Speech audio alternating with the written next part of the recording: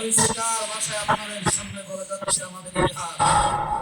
পৃথিবীর মানচিত্রে দুইটা দেশ, একটা হলো আমাদের ভারতবর্ষ, আরেকটা দেশ হলো স্পেন, যেটাকে আরবি ভাষায় ইসলামিক ইতিহাসে যেটার নাম লেখা রয়েছে অন্দলুস।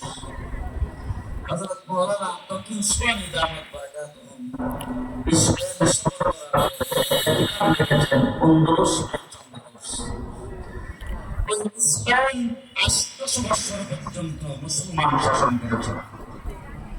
স্পেনে সর্বপ্রথম কালিমার পতাকা উড্ডীন করেছেন হযরত তারিক ইবনে জিয়াদ।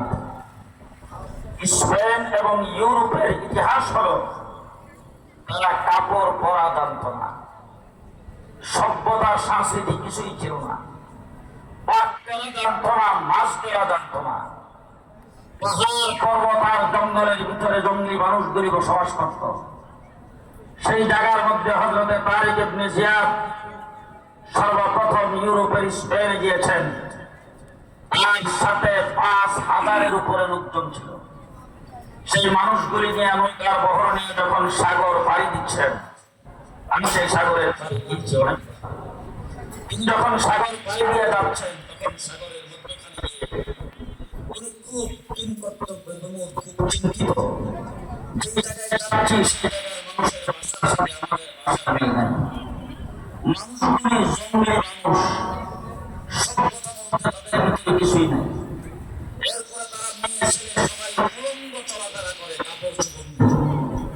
এই মানুষগুলির সামনে আমরা কি করে যায় দিনের দাওয়াত দেব? তারা আমাদের সঙ্গে কি ব্যবহার করবে?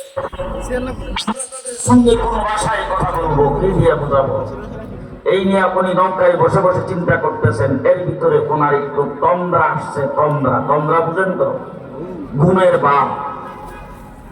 এর ভিতরে উনি স্বপ্ন দেখেন মুহাম্মদুর রাসূলুল্লাহ সাল্লাল্লাহু আলাইহি ওয়াসাল্লাম, হযরত আবু বকর সিদ্দিক, হযরত উমর, হযরত উসমান, হযরত আলী রাদিয়াল্লাহু তাআলা আনহুম, আকাবের সাহাবায়ে কেরাম সহ ওনার নৌকার বহরের আগে আগে একটা নৌকা দিয়ে যাচ্ছেন। সে অবস্থা দেখে ওনার ঘুম ভাঙছে। উনি মুস্কি হাসি দিয়েছেন, চুপচাপ বসা, কেউ কিছু বুঝতে পারে নাই। ওনার নৌকাগুলি যেই জায়গার মধ্যে নিয়ে লাগাইছিলেন সেই সাগরের পাদদেশে, ওখানে ওই জায়গায় একটা পাহাড়, সেই পাহাড়টার নাম ইসলামের ইতিহাসে দিয়েছে জাবালে তারেক। বর্তমান ইংরেজরা সেই পাহাড়ের নাম রেখেছেন জিব্রাল্টার। আমি ওই পাহাড়ে গিয়েছি, যেখানে তিনি নৌকাগুলি লাগাইছেন সেই পাহাড়ের নিচে ওই জায়গার ভিতরে বাদশাহ ফাহাদ বিন আব্দুল আজিজ একটা সুন্দর মসজিদ তৈরি করেছেন।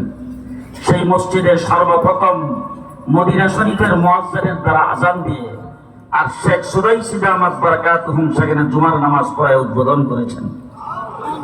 ওই জায়গায় জাবালে তারেক, সেখানে যে তিনি নৌকাগুলি লাগিয়েছেন। সবাইকে নামায় আনার পরে কয়েকজনকে ডাক দিয়ে বলছেন, নৌকার ভিতরে চেক করো, আমাদের কোনো জিনিসপত্র মালপত্র থাকলে সেগুলি নামায় না, নৌকাগুলিকে ভেঙ্গে কাঠগুলি আগুন দিয়ে জ্বালাইয়া দাও। তখন সবাই বলল যে হুজুর, এটা তো অত্যন্ত আত্মঘাতী কাজ হবে। তার কারণ হলো, যেই জায়গায় আমরা আসছি সেই জায়গায় মানুষজনকে আমরা চিনি না, আমাদের সেখানে রাস্তাঘাটও জানা নাই। এই জায়গার ভিতরে আমরা আক্রান্ত হতে পারি, মানুষ আমাদের সাথে খারাপ ব্যবহার করতে পারে। আমরা যদি সেখানে কোনো প্রকার আক্রান্ত হই, আমরা আত্মগোপন করার মতো এমন কোন জায়গা তো আমাদের নাই নৌকাগুলি ছাড়া। এখন এই নৌকাগুলি যদি আগুন দিয়ে জ্বালাইয়া দেওয়া হয়, তাইলে আমাদের ভবিষ্যৎ কি হবে? উনি তখন মুস্কি হাসি দিয়েছেন, হাসি দিয়ে বলছেন, শোনো, তোমাদের সামনে দুইটা রাস্তা খোলা আছে। এক নম্বর রাস্তা হলো এখানে দ্বীনের দাওয়াত দিয়ে এই জায়গায় কালিমার পতাকা উড্ডীন করে ইসলামী হুকুমত কায়েম করে এই জায়গায় বসবাস করবে। দ্বিতীয় নম্বর হলো, যদি আক্রান্ত হও, ইসলামী হুকুমত যদি কায়েম করতে না পারো, ইসলাম যদি এই জায়গায় প্রচার করতে না পারো, তাই তোমরা সবাই শাহাদাত বরণ করবে। 3 নম্বর রাস্তা, ফিরে নৌকা উঠার আর নাই। সেই জায়গার ভিতরে কালিমার পতাকা উড্ডীন করেছেন। 800 বছর পর্যন্ত মুসলমান সেখানে শাসন করেছে। আল্লামা কুতুবী রাহমাতুল্লাহ আলাইহি সেই জায়গায় জন্মগ্রহণ করেছেন, তাফসীরে কুতুবী রেখেছেন। সেই কুতুবা, এই জায়গার ভিতরে আমি গিয়েছি, পৃথিবী বিখ্যাত মসজিদ জামে কুতুবা, সেই মসজিদটা বর্তমানে মূর্তি দিয়ে সাজানো আছে। গোটা মসজিদটার ভিতরে চতুর্দিকে লেখা আছে লা গালিবা ইল্লাল্লাহ, সেই মসজিদের ভিতরে বারবার গিয়েছি আর দেখেছি আর চোখের পানি ছেড়েছি।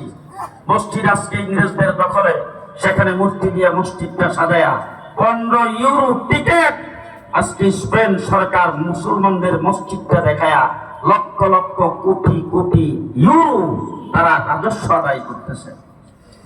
স্পেন ইংরেজ দখল করে নিয়েছেন।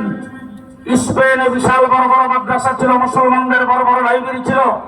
ওই সমস্ত লাইব্রেরিগুলোর থেকে কিতাবাদি নিয়ে সাগরের উপর দিয়ে এটল্যান্ডের রাস্তা বানিয়েছেন এবং মুসলমানদের সমস্ত কাগজপত্র, সমস্ত লাইব্রেরির কিতাবাদি সেইগুলিকে শেষ করার জন্য আলাদা মন্ত্রণালয় কায়েম করে 55 বৎসরে সমস্ত মসজিদের মুসলমানদের কোরআন শরীফ, তাফসীর, হাদিস, ইতিহাস, ফিকহ সবগুলোকে আগুন দিয়ে জ্বালায় শেষ করে দিয়েছেন। গোটা স্পেনের ভিতরে একজন মুসলমান রাখা হয় নাই, 1 কোটি কোরআন শরীফ রাখা হয় নাই।